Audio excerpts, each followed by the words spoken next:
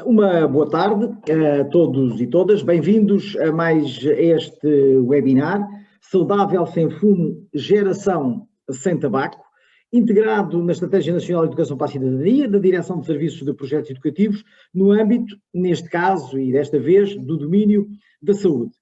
Falaremos de tabaco, das suas desvantagens, dos seus condicionalismos, da forma como o apreciamos mais ou apreciamos menos, da forma como nos afeiçoamos ao cigarro, tenha ele a forma que tiver, até agora estes cigarros mais modernos, todos muito artísticos e que, enfim, sai um vapor de água que aparentemente parecia que não fazia mal a ninguém, mas que os últimos estudos dizem que parece mesmo que faz ainda pior do que o tabaco habitual, e tentarmos de alguma maneira que com este tipo de webinar, também quem está desse lado, possa ter uma informação mais aprimorada sobre a forma de abordagem destes assuntos junto das crianças e jovens que connosco coabitam todos os dias. Coabitam em casa e coabitam na escola, na sala de aula. Convidámos o Dr. João Pedro Belé, a quem agradeço desde já a disponibilidade para se juntar a nós neste fim de tarde, para que possamos aqui falar um pouco sobre estas questões relacionadas com a utilização do cigarro, com o uso do tabaco. As questões que têm muito a ver com a forma como na escola se começa a fumar. Na escola, na sociedade, no grupo, se começa a fumar. E depois, a partir daí, como é que isto passa para a nossa vida cotidiana, até, enfim, até termos uma certa idade e continuarmos a fumar, ou nunca termos fumado, ou sermos fumadores, muitas vezes, durante muito tempo, quando se era permitido fumar em todo lado, muitos de nós que não fumávamos éramos fumadores passivos, ou seja, estávamos ali claramente a ter em cima de nós todo o fumo que estava à nossa volta. E, portanto, é para isso que este webinar serve, e eu gostava de, na fase seguinte agora da minha intervenção, que dividi aqui em 3 pontos, fazer os agradecimentos. Um agradecimento que se estende ao Rui Lima, à Lourinda Ladeiras e à Isabel Lopes, da equipa da Direção-Geral de Educação, que montaram, de alguma forma, este webinar, e ao Jorge Santos, que tem aqui o controle técnico de toda esta emissão, e, portanto, um agradecimento para eles. Depois, um agradecimento ao Dr. José Pedro Belé, que é médico pneumologista. Eu há bocado brincava aqui um bocadinho com ele, dizendo, bem, médico pneumologista, bem, Covid tem que vir aqui claramente à nossa mesa e à liça da conversa. É assistente graduado no Hospital Professor Dr. Fernando Fonseca, na Amadora, e é ex-coordenador da Comissão de Tabagismo da Sociedade Portuguesa de Pneumologia. Portanto, estamos aqui com uma pessoa que fala disto como nós bebemos água, ok? E, portanto, estamos perfeitamente à vontade. As questões foram colocadas antes, o José Pedro já as conhece, muitos de vós colocaram questões a quando da vossa inscrição, e têm também aqui uma possibilidade de fazer essas perguntas, se assim entenderem, através da plataforma Zoom, que tem à vossa disposição. O Rui Lima, que depois conduz toda a entrevista, tem possibilidade de vos dar mais dicas sobre isso. Da minha parte, dizer somente que estas questões da cidadania, o que estamos aqui essencialmente é trabalhar algo que tem muito a ver com a Estratégia Nacional de Educação para a Cidadania, a partir do momento em que a saúde é um dos domínios desta mesma estratégia. Ou seja, há toda uma característica que tem que ser traçada, que tem que ser, de alguma maneira, indo sendo burilada, permitam-me o termo, no sentido de percebermos até que ponto a estratégia, com os seus diferentes domínios, consegue abarcar uma série de áreas de trabalho que temos vindo a trazer nestes webinars, como sabem. Aquilo que vos queria dizer é que as questões da saúde não podem nunca ser dissociadas, enquanto domínio, de outras questões. E nós temos as questões ligadas aos direitos humanos, temos as questões ligadas à interculturalidade, temos as questões ligadas à igualdade de género. Não conseguimos falar de saúde sem falarmos de sexualidade. E depois não conseguimos falar de saúde, por exemplo, sem falarmos de instituições de participação democrática, onde se decide o que se vai fazer na saúde. E para onde os nossos impostos vão, quando se monta um orçamento de Estado e é adstrita uma determinada verba à saúde. E que verba vai para a prevenção destes comportamentos aditivos. Até que ponto esta verba é suficiente ou não? estas não são respostas para hoje, mas são respostas que nós temos que ter sempre na nossa mente, no sentido que o trabalho que fazemos junto das crianças e jovens que connosco estão todos os dias tem que ser muito nesta linha de pensamento. Que tipo de formação nós podemos incutir, administrar, na perspectiva da transformação? Enquanto professor transformador, eu não vejo a nossa profissão sem fazermos esta transformação clara, e até que ponto estas características e estas possibilidades de um bem-estar que tem que ser global, globalizante e globalizador, permita que as crianças e os jovens se sintam bem na escola. Mas não são só crianças e jovens, é também para os professores, vocês todos que estão aí desse lado, e para mim, também sou professor, não é? Portanto, nós temos que nos sentir bem no sítio onde estamos, e as condições que vamos criando são todas elas propícias para que nos consigamos sentir bem e para que consigamos, dentro do espaço onde estamos, seja sala de aula, seja escola, seja comunidade, possa ser visto e sentido de uma forma efetiva por todos. E, portanto, é este bem-estar que tentaremos com certeza falar hoje aqui, o José Pedro falará disso também, na perspectiva de como o fumo pode ser um inibidor desse bem-estar. E pronto, não diria mais, passar os meus 5 minutos, que por acaso foram 6, estou a olhar para ali, e daria a palavra ao José Pedro, agradecendo a presença e dizendo que da parte da Direção-Geral de Educação é um gosto tê-lo aqui connosco neste pedaço de fim de tarde. Bem-vindo, muito obrigado e é tudo seu a partir de agora. Muito obrigado. Muito boa tarde a todos e começo por agradecer aqui o convite muito simpático de estar aqui nesta sessão hoje de fim de tarde, à Direção-Geral de Educação e a todos os organizadores. E agradecer também a presença de quem está do lado de lá a ouvir e que naturalmente se inscreveu porque se preocupa com estas questões e porque acha que são relevantes para aquilo que pode ser o nosso papel na sociedade e a criação de uma melhor geração, do melhor futuro para aquilo que são os nossos jovens. Eu sou como foi dito, eu sou médico e eu costumo dizer que eu trabalho na retaguarda destas questões, porque infelizmente aquilo que é o meu dia-a-dia, por inerência, é tratar em grande parte os problemas relacionados com os efeitos do tabaco. E, portanto, eu todos os dias diagnostico e trato doentes que têm doenças muitas vezes fatais e que muitas vezes são relacionadas com anos e anos de consumo de tabaco. E, portanto, no fundo, estou numa ponta de uma cadeia e estamos a trabalhar demasiado tarde porque essas pessoas já estão doentes e isto poderia ter sido evitado. Nós estamos a falar da maior, a principal causa evitável de doença grave e de mortalidade precoce.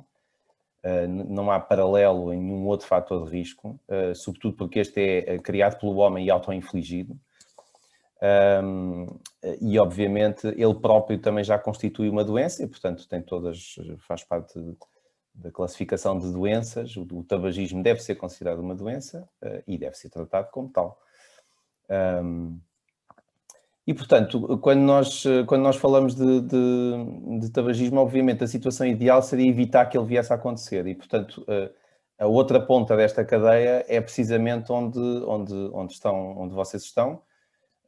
E onde estão os educadores, os pais e todos os atores da sociedade que de alguma forma têm influência no desenvolvimento das crianças e dos jovens.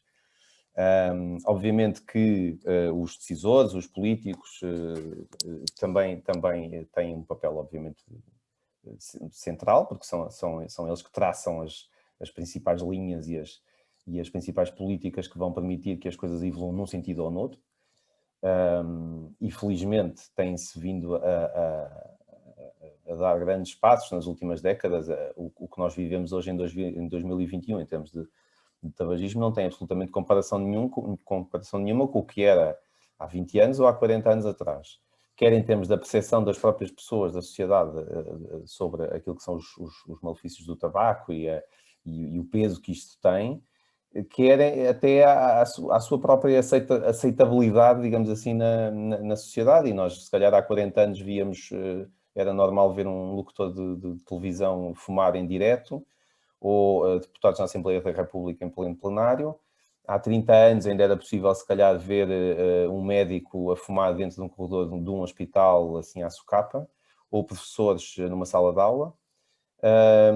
E há 10 anos, se calhar, já se começava a ser mal visto ver alguém a fumar dentro de um transporte público, e isso hoje é absolutamente normal, que seja proibido e as pessoas assim o aceitam. E, portanto, as coisas têm obviamente sofrido uma enorme evolução, e isto é fruto não só daquilo que acontece em Portugal, mas de um grande quadro de mudanças a nível mundial e de políticas que foram, digamos, formalizadas numa grande convenção internacional promovida pela Organização Mundial de Saúde, e que já tem bastantes anos, e que Portugal já faz parte, é uma das partes interessadas e já ratificou também há mais de 10 anos, que se chama Convenção Quadro para o Controlo do Tabagismo. Este é o maior tratado de saúde pública alguma vez feito na história. E, portanto, isso também promove que os países tenham legislação e que tenham uma série de medidas para reduzir o consumo de tabaco, promover a cessação tabágica, reduzir os danos que o tabaco provoca na sociedade, e controlar ao máximo, minimizar ao máximo aquilo que são os efeitos e a influência muito nefasta da indústria que está por trás, obviamente, da produção do tabaco, e que não está minimamente interessada em deixar de trabalhar e ter os seus lucros milionários. Eu vou começar aqui a compartilhar aqui a minha apresentação.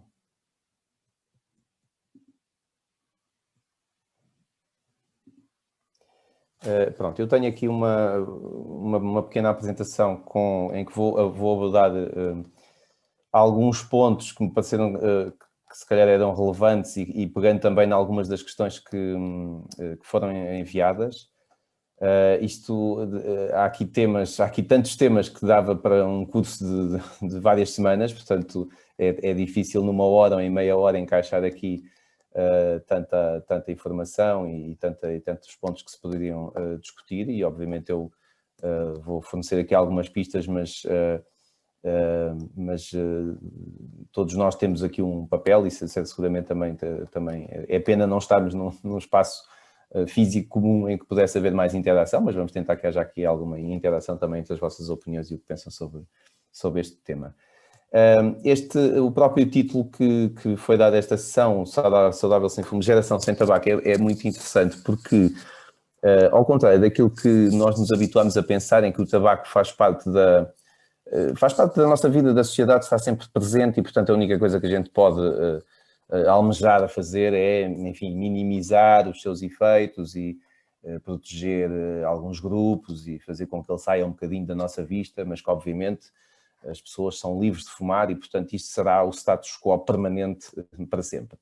Mas isso não é bem assim, e de facto há cada vez mais e mais países, e estamos a falar de países que são, obviamente, democracias bem amadurecidas, que contemplam e estão a tomar medidas para que se crie efetivamente aquilo que eles chamam uma geração sem tabaco, que é fazer com que os jovens que estão hoje a nascer, ou que têm hoje 10 anos, ou que têm hoje 15 anos, não venham a ser fumadores, e, portanto, que progressivamente o tabaco seja pura e simplesmente eliminado da sociedade. E, portanto, isto obviamente implica aqui mudanças a muitos níveis, e não apenas legislativas, mas é preciso que haja um movimento na sociedade a todos os níveis para que isso aconteça, e para que a indústria, lá está, se sinta cada vez mais posta de parte e cada vez mais proscrita, porque obviamente o seu papel aqui tem sido sempre um dos grandes, enormes problemas. E, portanto, a indústria do tabaco, cronicamente e ao longo de décadas, foi sempre negando e mentindo aquilo que eram as evidências que a própria ciência ia começando a acumular, e nós há muitas décadas que sabemos que o tabaco causa doenças gravíssimas, como o cancro, como o infarto do miocárdio, como o acidente vascular cerebral, e, portanto, que abrevia a vida das pessoas em muitos anos. E mesmo com essa evidência acumulada, a indústria tentou sempre enganar as pessoas, promover publicidade enganosa e, portanto, no fundo, levar a que as pessoas começassem a consumir um produto. E este produto, o grande problema deste produto, além mais de 4.000 tóxicos que tem no seu fumo, é que tem uma substância chamada nicotina. E a nicotina é aqui o grande fator de dependência e é a única explicação para que, mesmo que havendo já um conhecimento muito alargado na sociedade, quase toda a gente sabe, se nós perguntarmos a uma criança de 5 anos se o tabaco faz bem aos pulmões, a criança saberá imediatamente dizer que não, que faz doenças e que pode matar as pessoas. E, portanto, a nicotina é a única explicação para que as pessoas se mantenham aditas e a consumir um produto que eventualmente vai matar metade dos seus consumidores. E isto não tem paralelo em nada que o homem produza, nem sequer a indústria do armamento produz tantas mortes. Portanto, isto continua impunemente a acontecer sem que os governos, em geral, tenham coragem de tomar medidas radicais. Mas há, de facto, um caminho que está a ser feito e, começando aqui por alguns números, nós, em Portugal, nunca fomos, apesar de tudo, nós somos um país cronicamente atrasado em relação aos nossos parceiros ocidentais e europeus, mas em algumas coisas isso também foi bom. E, portanto, a epidemia do tabaco explode, sobretudo a seguir à Segunda Guerra Mundial, e há uma disseminação dos cigarros por todo o mundo e, portanto, há um aumento exponencial do consumo.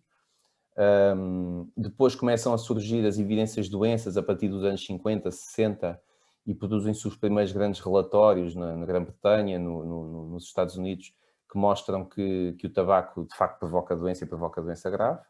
E começam a surgir leis a tentar contrariar e, portanto, a tentar impor algumas proibições no consumo. E isso faz que o consumo de tabaco comece a cair. E vai caindo ao longo de décadas. Nós sabemos até há duas curvas clássicas. Há uma curva que é a curva do consumo de tabaco e depois há, por exemplo, a curva do cancro, que vem sempre 20 a 30 anos atrasado, porque o cancro demora bastante tempo a surgir. Portanto, é preciso, pelo menos, geralmente 20 anos de consumo para que depois surja a doença. E, portanto, começámos a ver que com a queda do consumo, passado 20 anos, também se verificava uma queda nas doenças. E, portanto, os países que estão mais à frente, nomeadamente os Estados Unidos, os países do norte da Europa em geral, são os países em que isso já é bastante evidente. Tiveram até taxas de fumadores muito altas e, neste momento, elas já são bastante baixas e isso já se acompanha de uma grande redução das doenças associadas.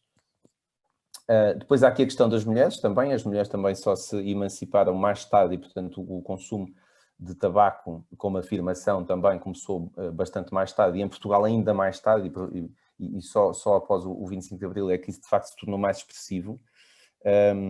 E o que tem acontecido é que até nisso nós também vamos atrás, ou seja, o consumo de tabaco nas mulheres tem continuadamente aumentado nos últimos 40 anos, ainda está abaixo daquilo que são as médias da Europa e sobretudo daquilo que, por exemplo, foram as médias nos países nórdicos, em que aí praticamente não havia diferença entre homens e mulheres.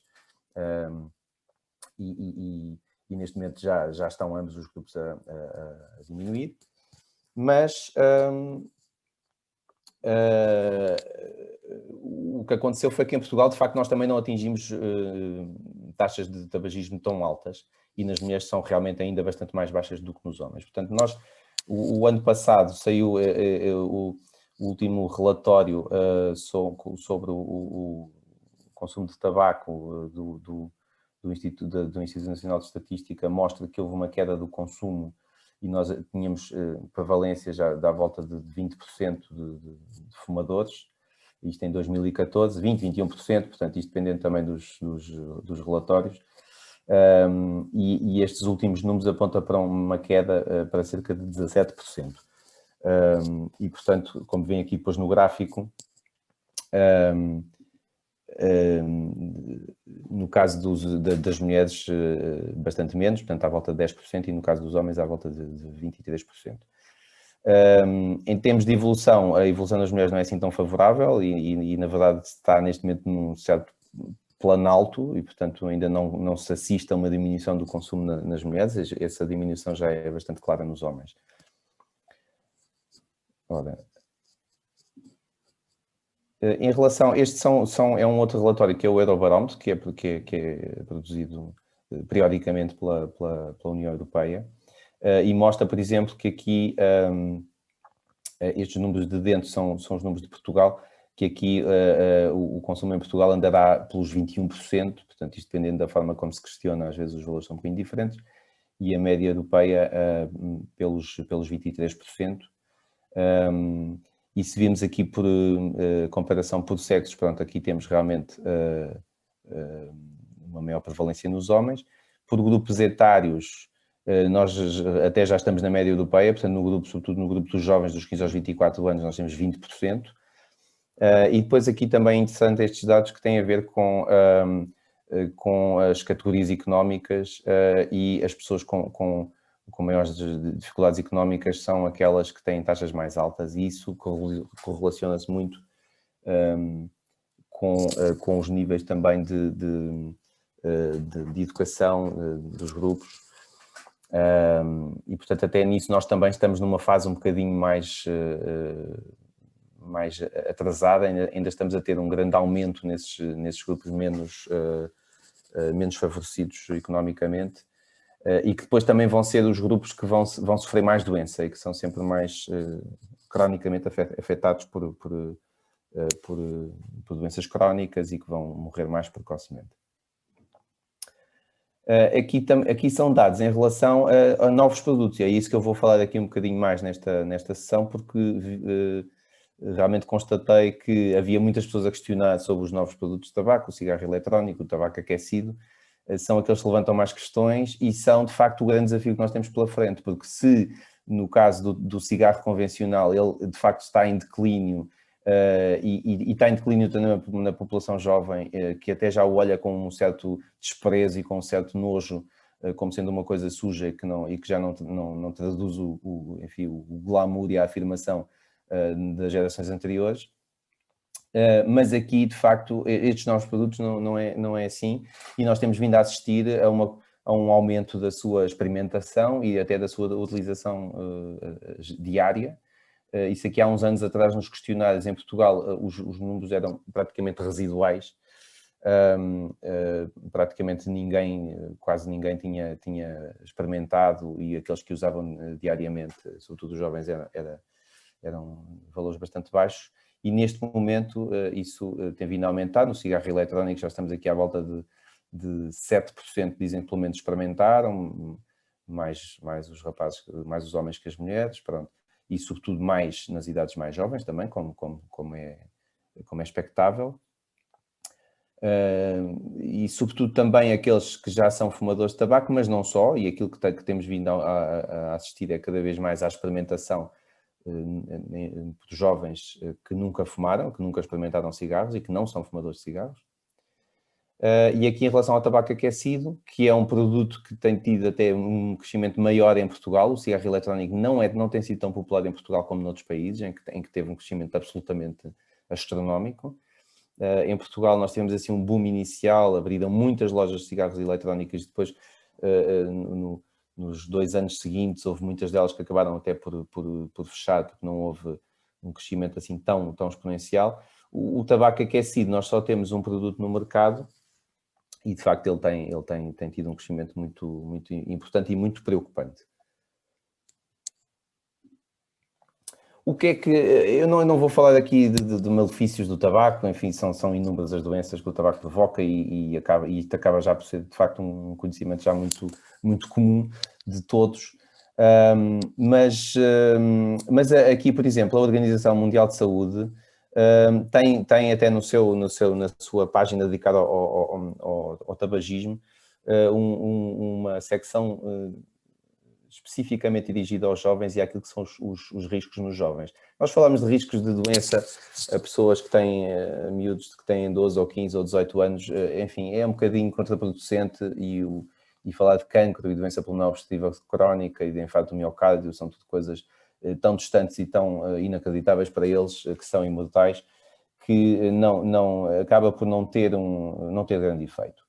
Mas nós sabemos que realmente há efeitos do tabaco nos jovens, e a doença não aparece só a partir dos 40 ou dos 50 ou dos 60.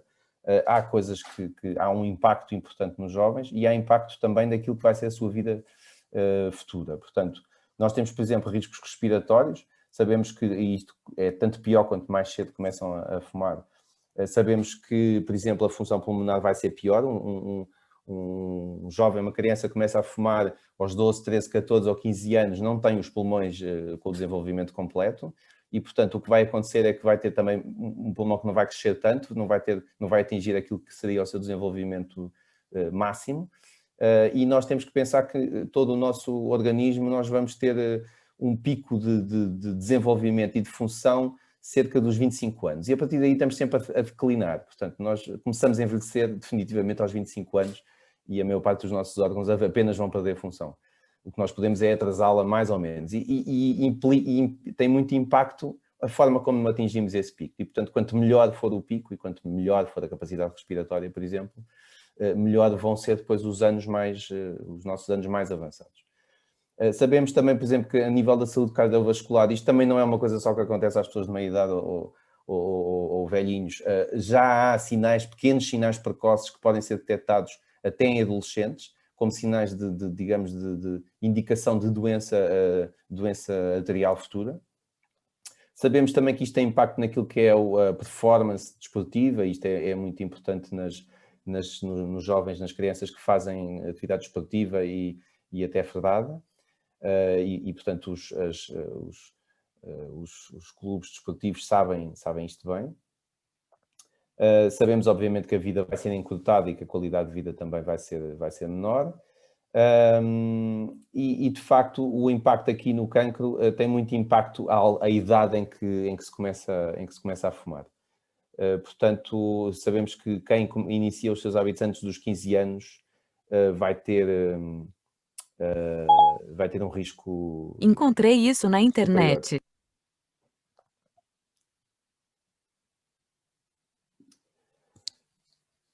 Aqui as questões mentais e afetivas e emocionais também são muito importantes e sabemos que um jovem fumador tem maior risco, maior probabilidade de procurar um médico ou um profissional por problemas psicológicos ou emocionais, tem maior risco de vir a ter outros comportamentos de risco. Portanto, 3 vezes mais probabilidade de utilizar álcool, 8 vezes mais probabilidade de utilizar marijuana, 22 vezes mais probabilidade de utilizar a cocaína, ter outros comportamentos de risco, por exemplo, como comportamentos sexuais sem proteção, desenvolverem lutas. A questão aqui da marijuana é uma questão que nos vai acompanhar nos próximos tempos e a própria indústria do tabaco sabe isso muito bem e já entrou também neste campo da cannabis a indústria dos cigarros eletrónicos também já está em campo, digamos assim, já temos muitos produtos eletrónicos com canabinoides. Nós, apesar de tudo, não temos dados muito completos em Portugal sobre aquilo que é o consumo nos jovens, sobretudo nos mais novos. Portanto, às vezes os dados são um bocadinho contraditórios. Estes dados são de um relatório também muito recente da zona europeia da Organização Mundial de Saúde e que fazem uma análise de uma série de países em que Portugal não está incluído, mas nós podemos ter aqui alguma ideia daquilo que se passa na Europa. Nós temos aqui, portanto, as bolinhas vermelhas são as raparigas e as bolinhas azuis são os rapazes e, portanto, isto há aqui uma certa divergência entre os vários países. E temos, por exemplo, os países de leste, como a Bulgária, que são os que têm pior desempenho, têm consumos muito altos. Neste caso, quase 29% das crianças entre os 13 e 15 anos fuma. E depois países como o Tajiquistão, que isto tem uma razão, não é? São ditaduras que simplesmente proibiram o consumo. E, portanto, a proibição de consumo, obviamente, é eficaz, não é? Apesar de haver contrabando e tudo mais, a verdade é que resulta, não é? Talvez não pela via mais democrática, mas de facto resulta. Aqui este gráfico já se refere ao consumo de cigarro eletrónico e nós temos aqui, por exemplo, alguns dos países têm 2 colunas, quer dizer que já houve 2 rondas, já foi feito o questionário em anos anteriores e agora, e o que nós vemos em todos é que de facto os valores estão a crescer e portanto já temos 15, 20, até quase 25%, por exemplo, na Polónia, de jovens entre os 13 e os 15 anos que consomem cigarros eletrónicos. Depois aqui, por exemplo, a exposição a produtos de tabaco na escola. Mais uma vez, jovens dos 13 aos 15 anos. E nós vemos aqui que estes valores são preocupantes e mais ou menos de uma forma genérica em toda a Europa, pelo menos 50% dos jovens inquiridos dizem que estão expostos a produtos de tabaco na escola. Portanto, e estamos a falar de um espaço em que a maior parte dos países tem legislação que proíbe, e dentro da União Europeia, todos os países têm legislação que proíbe o consumo nas escolas. Portanto, obviamente há aqui muito trabalho a fazer, quer da parte dos professores e dos dirigentes educativos, mas também de toda a sociedade, não é? E dos próprios pais. Estes dados são de um inquérito que é feito periodicamente também, aqui já a jovens de 18 anos, que participam no Dia da Defesa Nacional e, portanto, aproveita-se este evento para fazer um questionário que é bastante completo sobre consumos vários e atitudes várias, não apenas tabaco, mas mostram que as coisas têm mudado um bocadinho. Por exemplo, em relação a quem já experimentou fumar, 60% dos jovens dizem que já experimentaram. E se tiveram consumo recente, 51% dos rapazes e 46% das raparigas, portanto, repare-se aqui a diferença é muito, muito pequena. Em relação ao consumo nos últimos 12 meses, também 46% dos rapazes, 35% das raparigas. E aqui um dado importante é que, quando questionado em relação ao consumo nos últimos dias, este consumo no inquérito anterior era de 20% e que terá caído para cerca de 18%. Portanto, apesar de tudo, há aqui um caminho a ser feito. Os dados nas raparigas não são tão favoráveis. Há alguns inquéritos que são contraditórios, mas aquilo que se tem assistido é que parece haver uma tendência também de crescimento nas raparigas e depois nas mulheres jovens. E, portanto, o que provavelmente vamos assistir é que vamos continuar a ter, e isso eu já vejo na minha prática clínica, que é nós cada vez estamos a ter mais mulheres doentes com doenças que eram tradicionalmente dos homens, porque eram tradicionalmente dos fumadores, como o cancro do pulmão, como a doença, o enfisema, e neste momento isto está-se a equalizar cada vez mais, e provavelmente o que vamos assistir nos próximos anos é que se calhar vai começar a haver alguma redução nos homens e vamos continuar a ter um aumento nas mulheres. Até porque o consumo nos homens e nas mulheres também não é, do ponto de vista biológico, não é exatamente igual. E aquilo que se passa a nível dos processos cerebrais também tem algumas diferenças e são até desfavoráveis para as mulheres, porque as mulheres têm mais dificuldade em deixar de fumar em muitos aspectos, têm a questão do consumo muito mais ligada às questões emocionais e não tanto às questões da dependência da nicotina. E são elas próprias também mais suscetíveis aos próprios produtos químicos do tabaco e, portanto, não precisam de consumir tanto para ter o mesmo ou mais risco de cancro, por exemplo, ou doença cardiovascular. E, portanto, isto está a ser e vai ser um problema cada vez maior.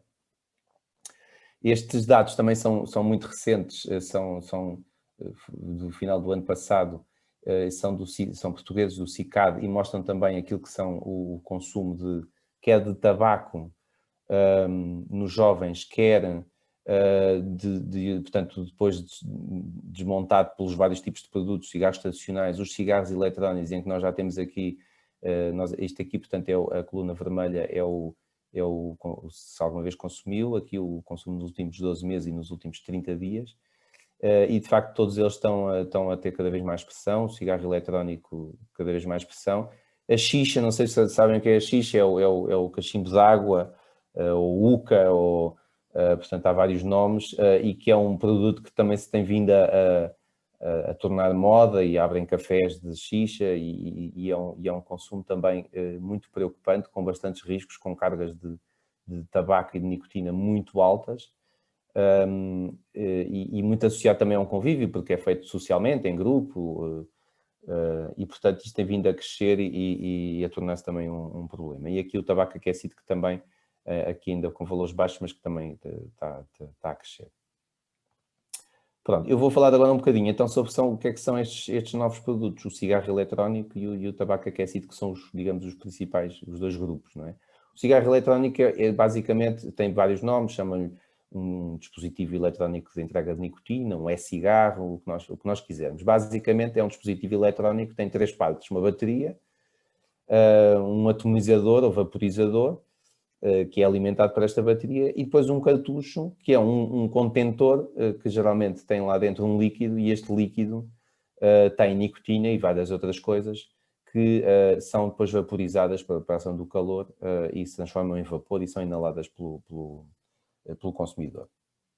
Isto já é uma coisa muito antiga, já tem muitas décadas, inicialmente não teve assim grande saída, até que depois já nos anos 2000 houve um farmacêutico chinês que viu o seu pai morrer de cancro e então achou que podia tentar desenvolver um cigarro que fosse menos prejudicial. E de facto depois tem havido já imensas versões diferentes do cigarro. Essas são as primeiras, que eram no fundo uns dispositivos que imitavam o próprio cigarro convencional no aspecto.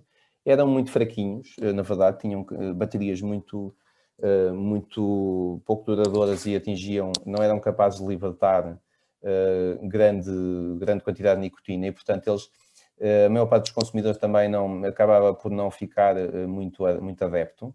Mas isto foi crescendo e como vemos aqui depois a segunda geração já são produtos um bocado mais diferentes, já não se parecem com o cigarro normal, já são maiores, já são mais coloridos, mais vistosos, já têm baterias maiores, já têm autonomias maiores e portanto também já conseguem ser mais potentes e aqui começam a ter os aromas, ou seja, temos os tais líquidos dentro do cartucho e as possibilidades são praticamente infinitas dos aromas e dos sabores que são possíveis de colocar nestes líquidos. Aqui começa também o descalabro de isto ser invadido o mercado sem qualquer controle. Muitos destes produtos não se sabia sequer o que é que lá continham dentro, vendidos pela internet, vendidos em todo o lado, nos quiosques, e portanto tornaram-se um grande problema, até porque também não havia, na maior parte dos sítios, legislação sobre eles, e portanto havia aqui um vazio legal e isto tornou-se aqui uma grande confusão. À medida que eles foram crescendo, vão se tornando também cada vez mais potentes, mais sofisticados, e realmente aquilo que nós temos no mercado já são atualmente coisas deste aspecto, não se parecem em nada com cigarros, cada vez têm formato até maiores e mais sofisticados, mais variados. Há de imensas formas, desde terem Bluetooth e tocarem música, sincronizarem-se com o iPhone, ou o que nós quisermos, a serem carregados através das mais variadas maneiras. E de facto isto tornou-se super atraente para uma geração mais jovem, mais moderna, mais sofisticada, mais interessada em tudo o que é gadget tecnológico e eletrónico, e se calhar até muitas destas pessoas e destes jovens até nem estariam propriamente interessados no cigarro ou em tudo o que isso envolve, mas aqui realmente cria-se aqui um espaço totalmente diferente e a indústria soube aproveitar isso muito bem e a publicidade também o fez. Reparem, por exemplo, depois há todas as variantes possíveis, o e-charuto, o e-cachimbo, o e-charro.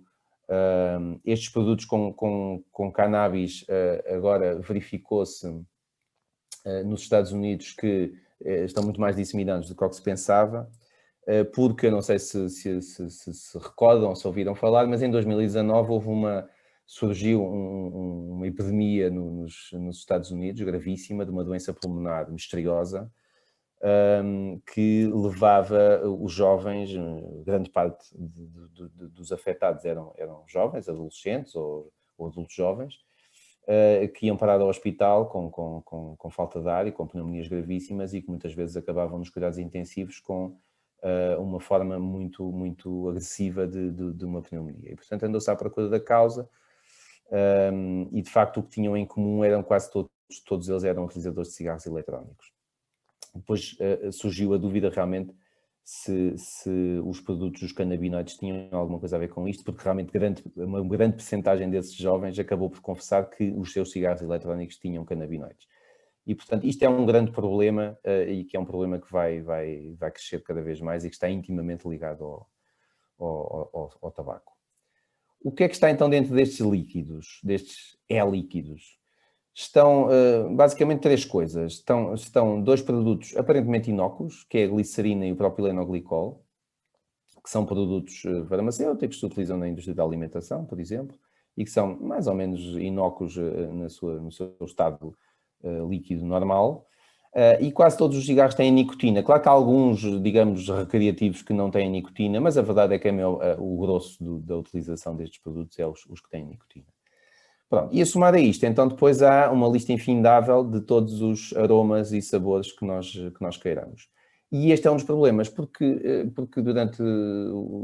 e estes produtos já estão no mercado há mais de 10 anos, pelo menos em Portugal e noutros países até mais, e estes produtos não se fazia a mais pequena ideia do que é que continham, a indústria muitas vezes nem sequer revelava, e o que nós vamos aprendendo é que muitos destes componentes, que até são utilizados também na alimentação, na indústria alimentar, eles são seguros ou relativamente inócuos quando são ingeridos. Ninguém fazia mais pequena ideia do que acontece quando eles são aquecidos a altas temperaturas e vaporizados. E, portanto, o que acontece é que muitos deles vão realmente sofrer reações químicas entre si, até reações químicas com o próprio cartucho onde eles estão inseridos, que é composto por vários metais. Portanto, vão criar outras substâncias e algumas delas são produtos cancerígenos e produtos que são irritantes e agressivos para os pulmões. E, portanto, temos aqui potencialmente um grande problema. Claro que, como tudo, nós podemos suspeitar que há um problema, mas só depois de termos, de facto, uma comprovação científica é que é mais fácil depois convencer os nossos legisladores de que, de facto, isto é um problema e tem que haver legislação sobre isto e as pessoas têm que ser protegidas, não é? Estas, por exemplo, é uma lista de substâncias. Seguramente há aqui pessoas de fisicoquímicas que reconheçam algumas delas. Algumas delas são altamente tóxicas portanto, e carcinogéneas. E estes componentes já foram encontrados nos cigarros eletrónicos. Claro que a grande alegação é mas as percentagens são menores do que no cigarro e, portanto, faz menos mal. Portanto, é melhor, até era melhor que as pessoas deixassem todos os cigarros e passassem para estes produtos. Mais ou menos. Essa resposta não é assim tão simples. Nós temos um grande problema no tabaco, que é o nível de segurança. Nós, ao contrário, por exemplo, de outros produtos, não é? A indústria alimentar, por exemplo, tem muitos produtos, muita legislação sobre o que é que pode ou não pode estar em determinados produtos. E existem níveis de segurança. No tabaco não há níveis de segurança e, portanto, nós sabemos que mesmo concentrações pequenas de algumas destas substâncias podem ser muito perigosas.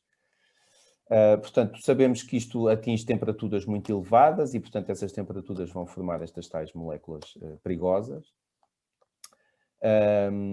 Sabemos também que já existe associação com várias doenças, por exemplo, algumas são mais fáceis de identificar, como a asma, que é uma doença muito prevalente nos jovens, e sabemos que os adolescentes e os jovens asmáticos tinham mais sintomas de asma, tinham mais crises de asma, faltavam mais vezes à escola, ou aqueles que utilizavam o cigarro eletrónico.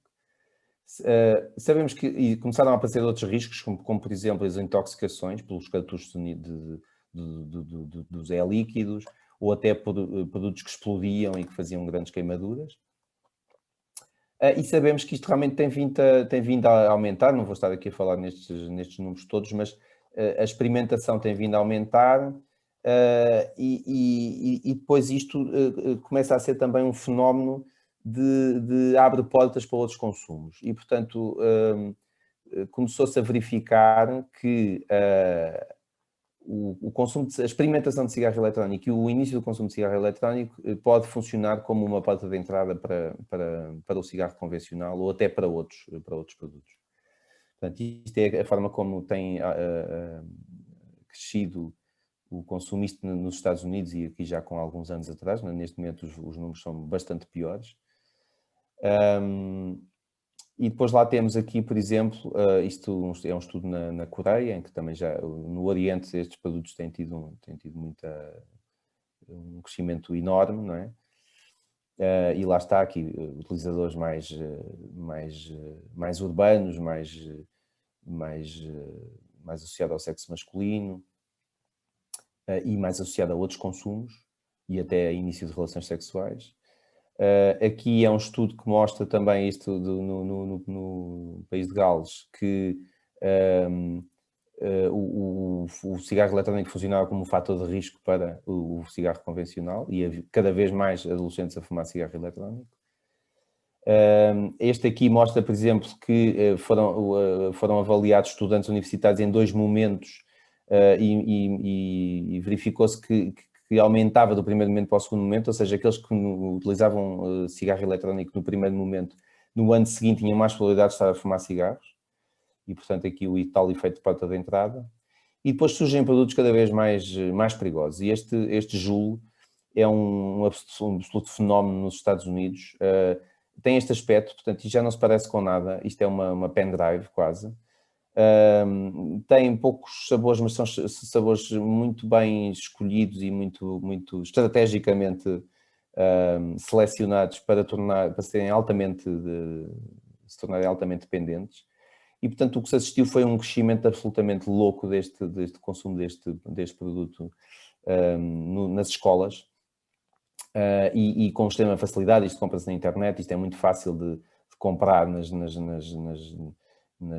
lojas locais, e tinha um grande problema que depois se verificou, é que a nicotina está sob a forma de sais de nicotina e que isso atinge valores muito mais altos do que aquele que nós temos no cigarro convencional, e portanto é muito mais fácil tornar adicto um miúdo de 13 ou 14 ou 15 anos com um produto destes. E portanto este produto foi lançado em Portugal há um ano e tal, e estranhamente, penso que no final de 2019, estranhamente acabou por ser retirado pela própria empresa, não se percebeu exatamente as razões, mas ele existe na Europa. Felizmente na Europa nós temos legislação da União Europeia que é bastante mais restritiva e portanto também, por exemplo, estabelece limites para os valores de nicotina. Isso também ajuda a que os produtos sejam um bocadinho mais controlados. Mas eles estão aí e eles vão continuar a crescer. Finalmente, o tabaco aquecido, portanto, é diferente, é um dispositivo diferente. Nós temos várias marcas, mas em Portugal praticamente só existe esta última, que se chama IQOS ou IQOS, que é da Philip Morris. No fundo, a grande diferença é que isto é um cigarro que tem tabaco. Ao contrário dos líquidos do cigarro eletrónico. Aqui temos mesmo tabaco. É um mini cigarro que entra dentro desta pequena caneta eletrónica, que tem uma palheta, que aquece este cigarro. E, portanto, eles chamam-lhe tabaco aquecido porque dizem que aquecem uma temperatura bastante mais baixa do que é a temperatura num cigarro normal, em que há combustão. E, portanto, isto levaria à libertação de poucas substâncias e ao mesmo tempo mantendo a libertação de nicotina, que é o que interessa à indústria, porque se não liberta a nicotina, o consumidor não fica satisfeito e não compra o produto e, sobretudo, não vai comprá-lo durante mais 20 ou 30 anos. Portanto, isto são os argumentos que a indústria diz, que seriam 90% a 95% menos nocivos, e alega também que querem eliminar do mercado o cigarro convencional e substituí-lo por estes novos produtos. E, portanto, falam muito agora em redução do risco. Isto tem-se vindo a demonstrar muito bem que tudo isto é mentira. Não só não vão nada eliminar o cigarro convencional, quando continuam a vendê-lo e a vendê-lo até mais. Também não é verdade esta história da redução dos 90% a 95%. Portanto, há de facto menos concentrações de uma série de substâncias, mas elas não são de todo em concentrações que sejam seguras e, portanto, isto não nos deixa descansados. E finalmente são produtos altamente aditivos que têm a nicotina, portanto continuam centrados na nicotina, e o grande objetivo da indústria aqui é conseguir novos consumidores, não é fazer com que as pessoas que já fumam há 50 anos mudem para estes produtos. Obviamente é consumir novos consumidores, e quem são os novos consumidores? Os rapazes e raparigas que estão na idade escolar, e é aí a grande batalha.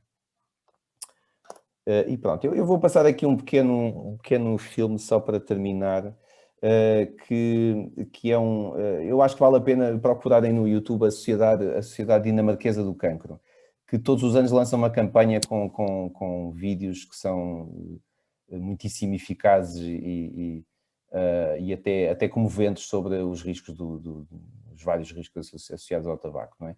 E este aqui tem realmente, sobretudo, tem a ver precisamente com este tema da geração sem tabaco. E, portanto, eu pedia-vos só 2 minutos para... Não.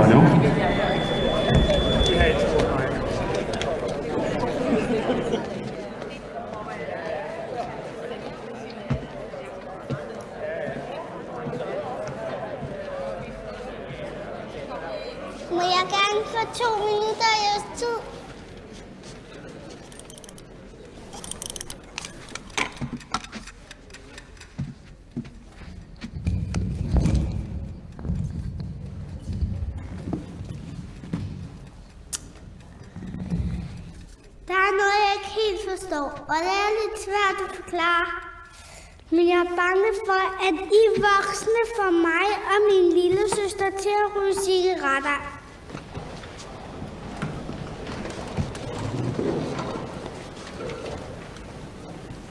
Jeg spurgte alle dem i 0. klasse og alle dem i min søsters børnehave, og de har ikke lyst til at ryge.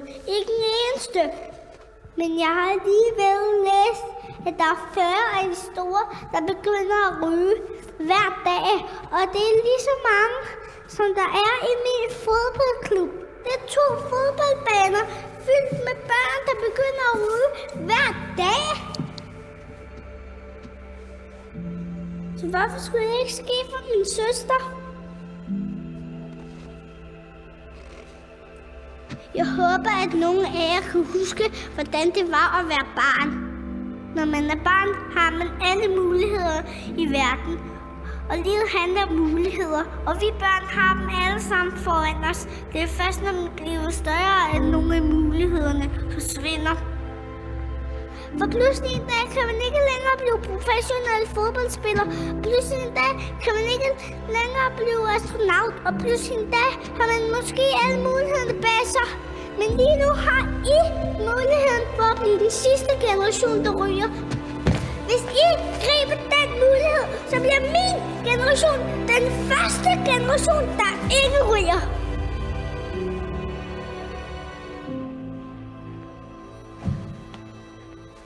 Så kig på alle de andre voksne, og kig på din sidemand.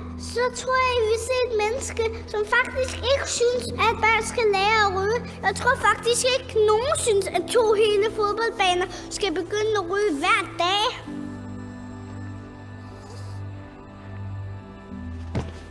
Man er kun barn én gang, og så skal man altså være den voksne. Så hvorfor gør I ikke noget?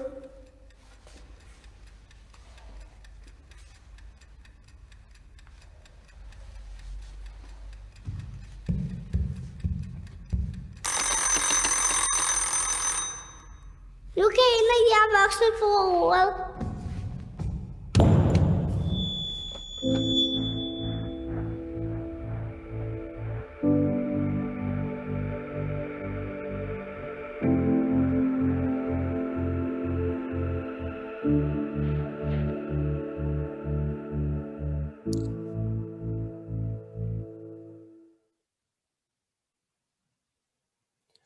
Pronto, e eu terminava com isto, com esta esperança numa geração sem tabaco, que eu penso que é possível estar na mão de todos. E agradeço a vossa paciência.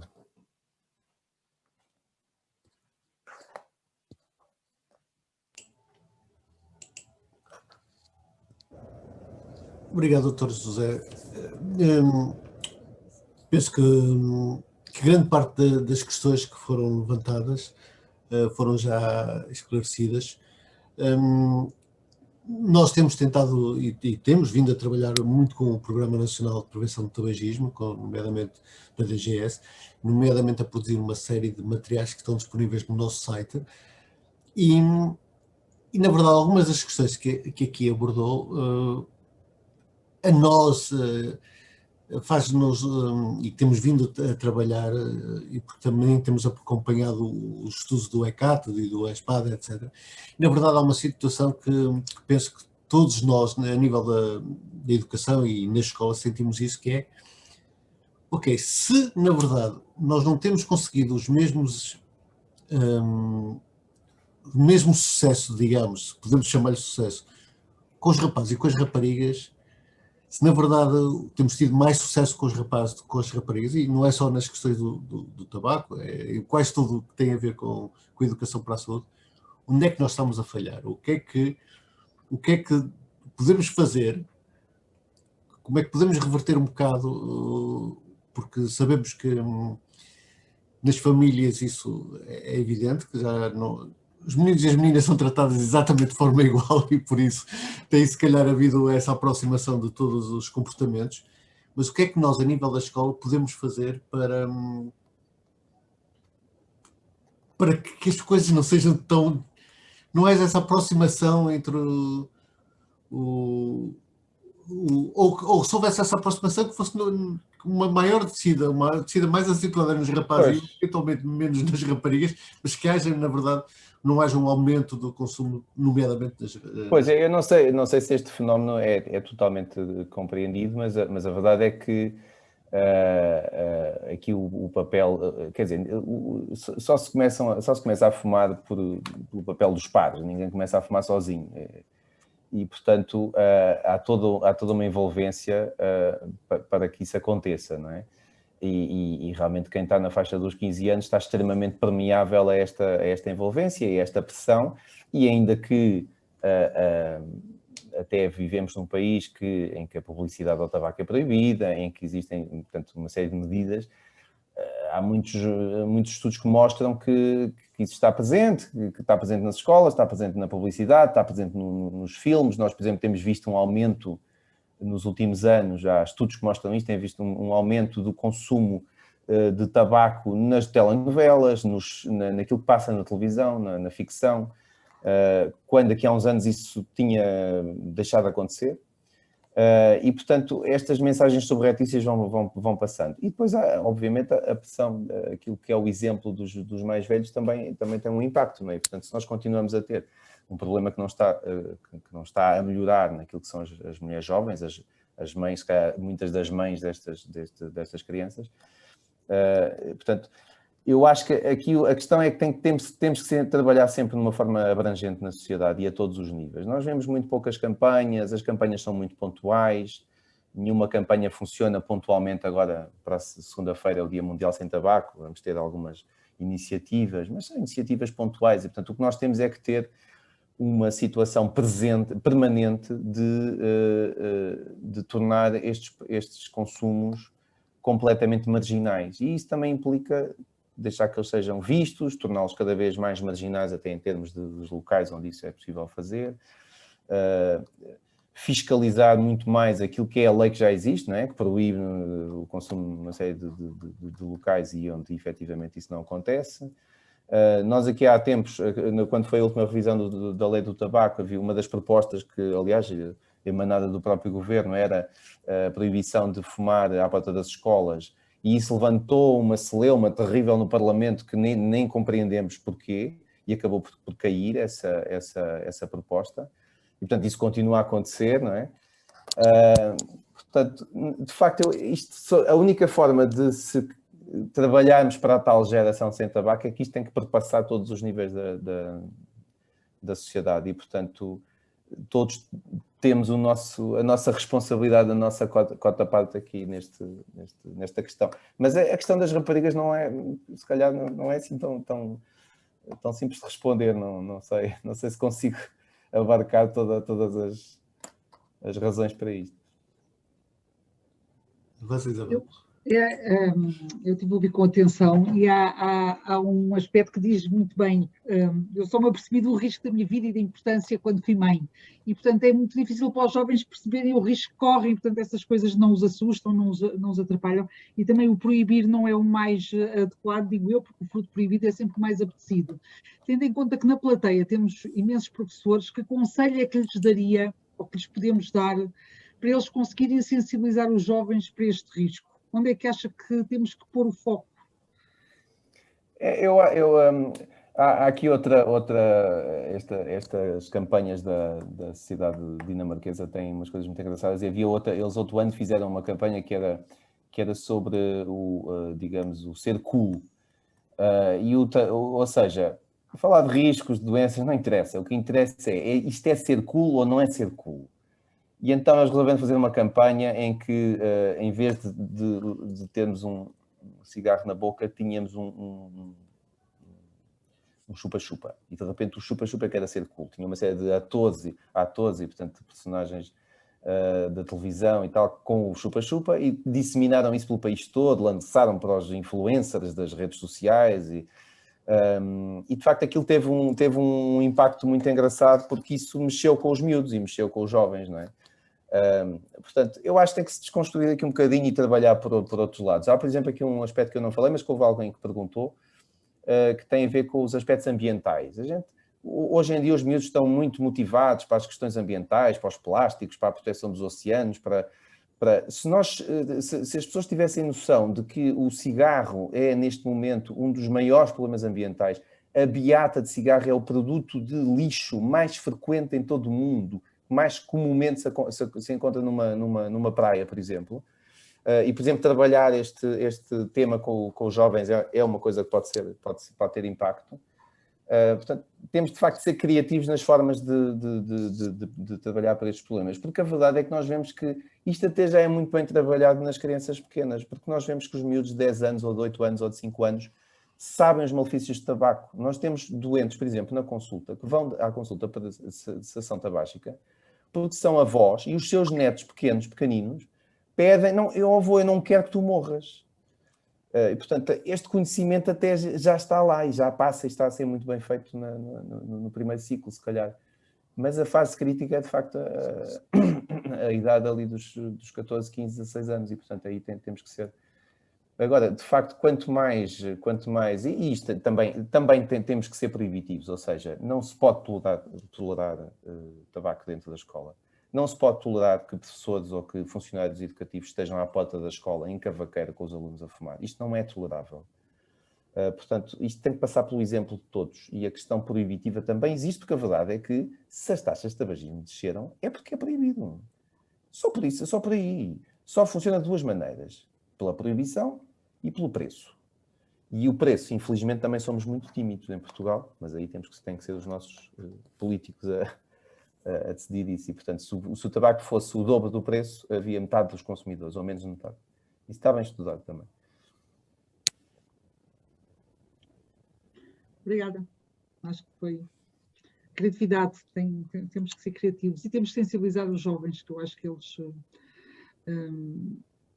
eles sabem o que querem, no fundo.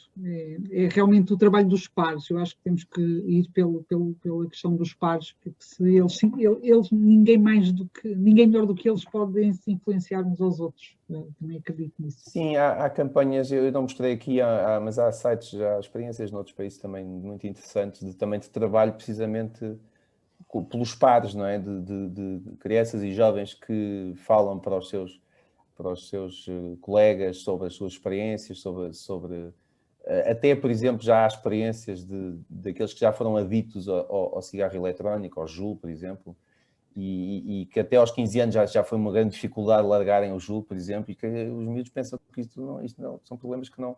Há inquéritos, por exemplo, que mostram que 70% a 80% dos miúdos acham que estes produtos não são aditivos, não têm nicotina. E, portanto, eles nem sequer sabem isso, não é? E portanto tem que se demonstrar, porque as crianças e os jovens não são parvos, eles sabem muito bem o que é que querem, não é? E portanto, se de facto isto não for atraente, não for cool, não for afirmativo, não lhes interessa, eles querem afirmar-se de outras maneiras, não é?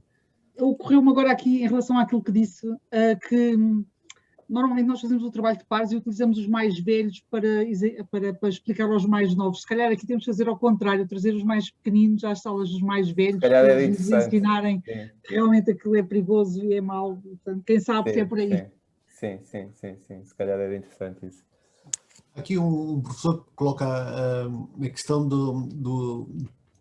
abordagem no 6º ano, que é, lá está, os 11 anos, aquela idade dos 10, 11 anos, e em que, na verdade, nós temos vindo a falar nisso em todas as questões de educação para a saúde, quanto mais cedo melhor, porque há muitas vezes, corre-se contra o prejuízo, muitas vezes os projetos, os programas são desenvolvidos a partir de um diagnóstico que já foi identificado como um problema. E no tabaco, penso que é claro, a partir do momento em que os miúdos começam, é correr contra o tempo, é correr mesmo contra o prejuízo, porque... é difícil, por todos os motivos, até pela imagem que transmitiram, de que já são, da tal imagem cool, que já estão a fumar, e depois é muito difícil dar o passo atrás, penso eu, de dizer, pronto, afinal não sou assim tão cool em fumar, porque é muito status, não é? Pois, lá está, a fase crítica é precisamente a fase da experimentação, não é? Está mais ou menos demonstrado que a dependência da nicotina se instala mais ou menos depressa, não é só quando se chega aos 18 anos e já se fumou 4 ou 5 anos, não é? Portanto, é naquela fase intermédia em que é muito importante. Às vezes tem que ser, não sei, talvez até pelo ridículo. Nós, por exemplo, já fizemos 2 campanhas em que iam muito por aí. Uma delas fizemos uma campanha até com os escuteiros, o Corpo Nacional de Escutas, em que o tabaco, associámos o cigarro à chupeta e, portanto, pusemos uma série de jovens todos, enfim, com um ar muito cool, mas com a chupeta enfiada na boca e com o ridículo que aquilo levantaria, não é? E, portanto, acho que tem que passar um bocadinho por aí, que é demonstrar o ridículo e o não cool que é ter o cigarro, não é? Eles é claro que irão sempre procurar outras coisas de se afirmarem e de serem radicais, não é? Mas isto tem que ser marginalizado, não é? E quanto mais... A questão do exemplo tem muito impacto, Quanto mais for marginal o ato de fumar e mais difícil vê-lo, não é? Está demonstrado, por exemplo, até nas vendas, não é? As lojas de conveniência, os supermercados, aquelas tabacarias que têm os cigarros, quanto menos à vista eles tiverem, mais impacto isso tem na iniciação até. Há coisas como a embalagem. Está muito bem estudado, por exemplo, que as cores garridas atraem os jovens a comprar. E por isso é que há países que já têm legislação que obriga a que os maços sejam o chamado plain packaging, que é uma cor absolutamente neutra, geralmente bastante feia, sem nenhumas letras em particular, em que apenas estão escrito a preto qual é a marca e o que é que lá tem dentro. E, portanto, aquilo na prateleira não é minimamente atraente. E depois estes novos produtos ainda pior, porque eles ainda são mais atraentes. Se alguém já viu uma loja da IQOS, é melhor que uma loja da Apple. Portanto, é uma coisa, de facto, muito, muito interessante, apetece entrar, não é? Portanto, nós temos que tornar isto muito, muito marginal. Obviamente haverá sempre os experimentadores, não é? Isto é pior nos meios mais desfavorecidos, é pior naqueles que são filhos de fumadores e que têm um ambiente de tabaco em casa. Eu penso que a resposta, que saber a resposta, que conheço a resposta, mas agora nós vemos, por exemplo, nas doenças relacionadas com os comportamentos alimentares são claramente mais, a prevalência é maior nas famílias com menos nível cultural e com menos poder económico. O mesmo se passa com o consumo de tabaco ou não há? O mesmo se passa com o consumo de tabaco, sim. Em Portugal há um fenómeno estranho porque, por exemplo, no caso das mulheres isso ainda não é muito notório, porque ainda há muitas mulheres com formação superior, relativamente jovens, não é? Com formação superior e classes económicas mais intermédias a fumar, ao contrário do que acontece nos países mais desenvolvidos, em que, de facto, esses são os grupos em que mais diminuiu o consumo. Portanto, nós ainda estamos aqui numa fase um bocadinho mais atrasada, não é? Mas claramente, sim, o contexto social importa muito, não é? Depois está tudo ligado, não é? A alimentação, o sedentarismo, a obesidade e os outros consumos, o álcool, umas coisas vêm atrás das outras e depois por isso é que nós depois temos as desgraças em saúde muito maiores nesses grupos. Não é? Okay. Laurinda, queres perguntar alguma coisa? Não? Eu só queria, há bocado o Sr. referiu a questão do exemplo e eu, sabes que me tenho sempre batido com a história de fumar à porta da escola. Eu continuo a não entender e a não conseguir compreender porque é que se permite que estejam aqueles conjunto de professores, de auxiliares, de alunos, tudo a fumar em alegre harmonia, não é? Quando nós queremos exatamente dentro da escola combater o consumo. Que exemplo é que depois o professor, ou que autoridade moral é que depois aquele professor vai ter para falar disto com aquele aluno que esteve a fumar com ele à porta? Ou do lado lá do passeio? Pois, isso é uma óbvio. coisa que me aflige, e eu sabe dizer que eu muitas vezes tenho dito isto, quer dizer, porque é que não se legisla? Porque é que não se diz? É proibido, ponto final. Como foi proibido fumar dentro da escola, pronto. E as pessoas acabavam por se habituar. Vão lá fumar mais longe, vão lá fumar para outros qualquer, mas talvez fosse uma maneira de começarem não sei muito bem como é que se possa abordar isto junto dos professores, mas que me faz muita impressão, porque os miúdos, na idade em que experimentam, os 12, 13, 14 anos, eles vão pelo exemplo. Todos nós sabemos que o exemplo que o adulto dá, o adulto de referência para esses miúdos, sobretudo os que vêm de classes socioeconómicas mais baixas, muitas vezes o exemplo que eles têm é o professor. É o ídolo, é o professor. Não tem grandes referências em casa, muitas vezes. Portanto, como é que depois nós conseguimos que estes miúdas, estes rapazes e raparigas, não consumam, não tenham comportamentos, porque atrás do tabaco virá o resto, com certeza, não é? Sim, isso é óbvio. O exemplo é fundamental. É E fundamental. eu acho que esses espaços, quer dizer, da mesma forma onde antigamente se fumava dentro da sala de professores e dentro do refeitório e hoje, quer dizer, e se conseguiu eliminar isso, também se fumava dentro dos hospitais, não é? Exatamente. Nós agora temos a mesma luta à porta dos hospitais, que é fazer com que as pessoas não estejam a fumar à porta, não é? A mesma porta onde entram os doentes, não é? Estão Exato. muitas vezes os funcionários, não é? Exatamente. Nós, por exemplo, conseguimos no meu hospital, e isso já existe também em outros hospitais, em criar umas linhas, ou seja, de forma que os fumadores não ficam à porta, ficam bastante mais longe, não é? E, portanto, há uma linha de marcadora no chão, mesmo na estrada, até no passeio, que diz a partir daqui já não se pode fumar e, de facto, as pessoas vão aprendendo a respeitar isso, não é? Não sei até que ponto é que nas escolas, pronto, no espaço depois da rua, enfim, já é o espaço público, não é? Mas isto também é um papel, nós todos temos um papel de fazer também pressão àquilo que são os nossos legisladores para estas questões, e os professores são, obviamente, um dos grupos mais importantes da nossa sociedade, não é? E, portanto, têm que demonstrar também o seu desagrado para esta situação, porque ela tem muito peso, não é? Quem diz à porta das escolas não é só isso, não é? Temos em frente o café, onde os miúdos depois vão e sentam-se todos na esplanada a fumar, e se calhar também passam funcionários e professores, portanto, tudo isto tem que ser, tem que se criar vergonha, de facto, para que o consumo não seja o menos público possível, não é? E, obviamente, que a proibição conta, não é? Quer dizer, isso é incontornável, não é? As coisas estão ligadas umas às outras, não é? Bom, teríamos pano para mangas, estaríamos mais 1 hora e meia à vontade a conversar, mas na verdade já passa um bocado da hora. Só tenho que agradecer mais uma vez ao Dr. José Pedro a sua disponibilidade desde que me enviámos o convite, logo a prontidão com que disse que sim, e agradecer a qualidade da comunicação e agradecer a todos que estiveram presentes, porque na verdade mostram ou revelam mesmo o interesse que a temática suscita.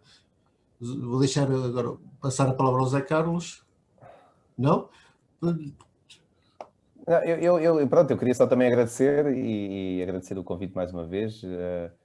Isto realmente dava para muito mais, mas eu tenho que dizer que eu tenho uma grande admiração pelos professores. Acho que os professores são um dos pilares da sociedade e acho que, apesar de todas as dificuldades e carências, tem sido feito um trabalho muito, muito bem feito nesta tal meta de criar uma geração sem tabaco, uma geração mais saudável do modo geral. E, portanto, eu acho que esse trabalho está a ser feito e às vezes está a ser feito com muitas dificuldades vossas enfim, de não vos criarem as condições ideais para que isso aconteça, não é? Não falámos aqui de financiamento, mas isso então ainda dava para discussões ainda maiores, não é? Mas nós sabemos que está um caminho que está a ser feito e Portugal, apesar de tudo, os indicadores vão melhorando, não é? E, portanto, eu acho que os professores e os educadores em geral estão aqui numa linha da frente muito, muito, muito importante. Portanto, eu acho que não percam, digamos, não percam a esperança neste tema, porque de facto podem ter um impacto gigantesco naquilo que vão ser depois os outcomes de saúde destes jovens e destas crianças que vão crescer e que se vão tornar adultos. E, portanto, muito obrigado. Obrigado nós. Eu não era para falar, o Rui empurra-me sempre estas coisas para eu ter que terminar isto, não é? Ele já tinha terminado. Mas é muito isso. Não foi uma palavra que nós utilizássemos, que o Zé Pedro utilizasse durante o webinar, mas a questão da prevenção tem que nos mover, ou seja, é prevenção. E essa prevenção é feita pelas escolas, a este nível, claramente, e depois, enfim, os hospitais e os médicos têm aqui uma prevalência muito grande nesta perspectiva de ir incutindo os diferentes aspectos que esta temática tem. O José Pedro falou muito da questão do exemplo. é mais fácil, não é? Quando há exemplo é mais fácil de se pegar, e disse também que não se começa a fumar sozinho. Pois, eventualmente, não se começará a fumar sozinho, tem que se fumar sempre em grupo, é o societário que está aí claramente em jogo. Mas pronto, estamos todos conscientes disso, e penso que o trabalho que tem sido feito tem sido de alguma forma consubstanciado até nos resultados melhores que têm existido nos últimos anos. E portanto, há trabalho, há vontade, enfim, temos que fazer-se ingrar isto nesta sociedade que, como o Zé Pedro há bocadinho dizia, já passa outra vez nas novelas gente a fumar a toda a hora, ok? Exatamente. Enfim, é o que temos, mas nós não nos podemos resignar. Este foi o 5º webinar do tema da saúde, um dos temas de saúde da DGE, em breve teremos outro, e pronto, contamos convosco desse lado, ok? Muito obrigado, uma boa tarde para todos. José Pedro, muito obrigado mais uma vez. Boa tarde, obrigado. Muito obrigada, Salvador. Obrigada.